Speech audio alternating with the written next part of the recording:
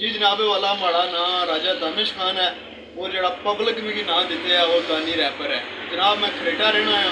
ठीक है शेरी क्लास। ठीक है। अच्छा जनाब अली मकाम तुसां ये दसो कि तुसें रैपिंग ना एक तो शौक ब्याह का कितना अरसा हो गया सही?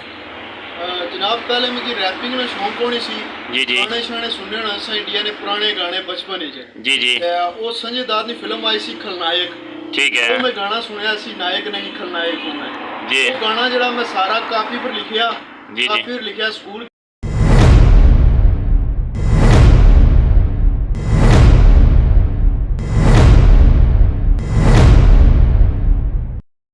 जी उम्मीद करना सारे वालों तो मैं शकील चौधरी तुम मेरा family YouTube channel video Shakeel चलाओ जिन्ना पैना भरा मेरे चैनल को सबसक्राइब नहीं किए जरूर सबसक्राइब करो शेयर करो कमेंट करो लाइक जरूर करो।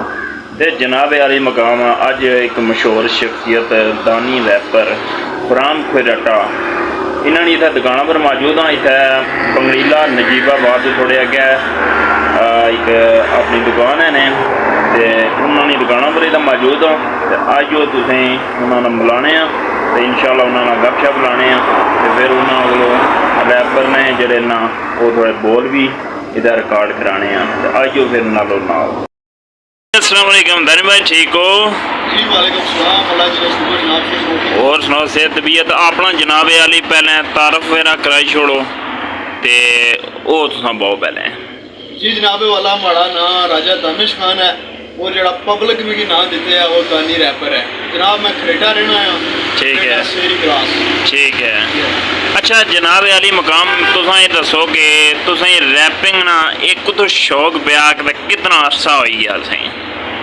जनाब पहले मुझे रैपिंग में शौक होनी सी।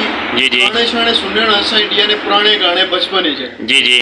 वो संजय दत्त की फिल्म आई सी खलनायक। ठीक है। वो मैं गाना सुनया सी नायक नहीं खलनायक होना है। जी। वो गाना जड़ा मैं सारा काफी पर लिखिया।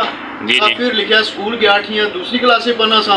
जी जी। तो मैं गाना याद करना पाया सा टीचर मिगी तकिया सर मिगी तकिया तो सर मिगी मारिया उस आखिया कि तू ये गाना स्कूल पे गया पढ़ना पे याद करना पे पढ़ने तछने या गाने गाने तछने। जी जी। जेडी मिस होनियां सो बड़ा मिगी लाइक करनियां सा। जी। सर कहे ना लाइक स्टूडेंट है तुसी कियां मारिया कंपटीशन होसी तो उसने भी जे गाना गासी। ठीक है।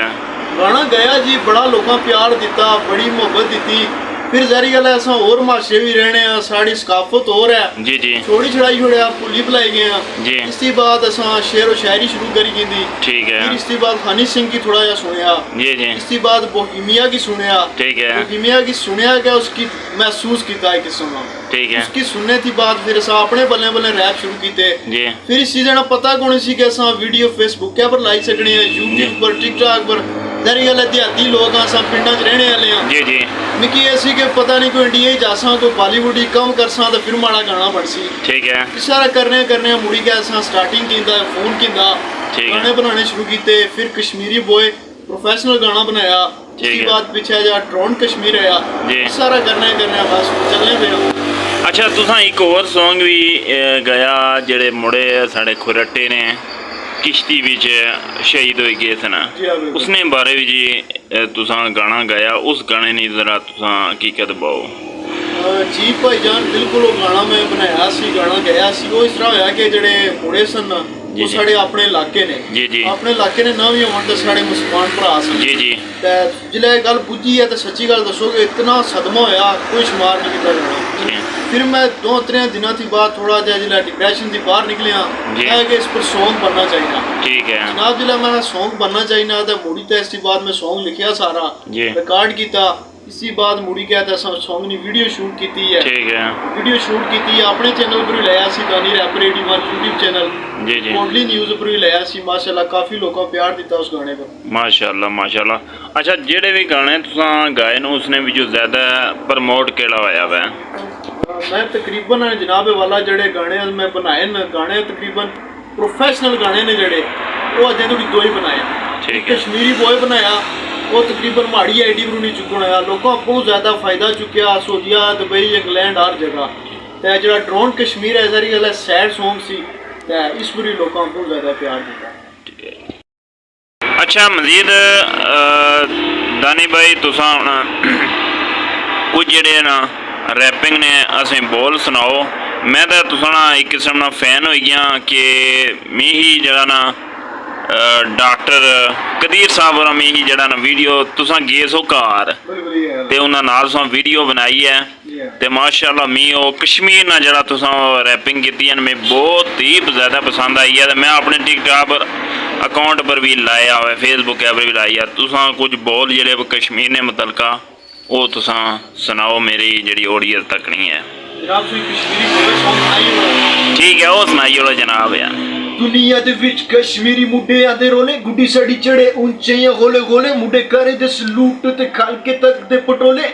असी कश्मीरी साडा जग विच जोड़ ने, सानू रोके कोई इना किसे विच जोर नहीं। खोई रट्टा मेरा शहर ते कोटली आले यारां दी रब रखे खैर। मिरपुर चकसवारी डडियाल विच वसन मेरे यार, कल डब वाले बंदे मार के फरार। साडे नाल हुण किते वैर ना पाई, केस बड़े चलदे खोंदी नहीं रिखाई। हुण किवें करां अपने बारे विच बयान, माफी मंगदा साडे कोल शैतान। असी बंदे खास हां जी राजा जी, बाकी गल्लां राज ना जी राजा जी। मेंटलां दा करदे इलाज असी, बिगड़े खोयां दे बाप असी। माशाल्लाह जी माशाल्लाह, क्या ही बात है। ये भी दानी भाई जरा ना एक बंदे को फन होना है, ऐसा रैपिंग करना, जल्दी जल्दी बोलना, ये हर बंदे ना वसना नहीं कम होना। माशाल्लाह मैं बहुत लाइक करना वा इस जरा तुसा सॉन्ग गाया हुआ है। तो माशाल्लाह अपने ऑडियंस जेडे मेरे ऑडियंस उन्हें तुसा क्या पैगाम देना चाहते हो? जनाब वाला जी तुसा ऑडियंस है, तुसा की तकने वाले बंदे मेरे जी जी, बाकी मैं ये गल कहना चाहना कि भाई माड़े ना सब साथ देना, यार वीडियो की लाइक करना, शेयर करना। लाइक शेयर इस वजह से करना कि जिन्हें घर वाले साथ दे सन, बाहर वाले भी साथ दे सन। बिल्कुल तुसा जहरी गल है लोगों की दसने हो फलाना टिंगा अपना पीछे करी छोड़ने हो, फिर मजा नहीं छना। हुण इत्थे मैं बैठी रह बनाई ना, हुण तुसी दियो मेरे भाई दे साथ, मुका दो सारी गलबात नाले रोवो साडे नाल, साडी वीडियो नु तुसी करो ज्यादा तू ज्यादा लाइक शेयर नाले दुनिया ने देखो कश्मीरी मुंडे कह के शेयर जेडे बने ने यूट्यूब पर नवे नवे उन्हां नु नहीं असी नहीं जानदे, जेडे फैमिली दी वीडियो दिखांदे उन्हां नु आपां नहीं पहचानदे। आपां वीडियो साफ साफ पांदे नाले साफ साफ रहंदे नाले यारां नु दिखांदे। माशाल्लाह माशाल्लाह जी, बहुत शुक्रिया जी दानी भाई, अल्लाह पाक से सलामत रखे। ठीक है जी।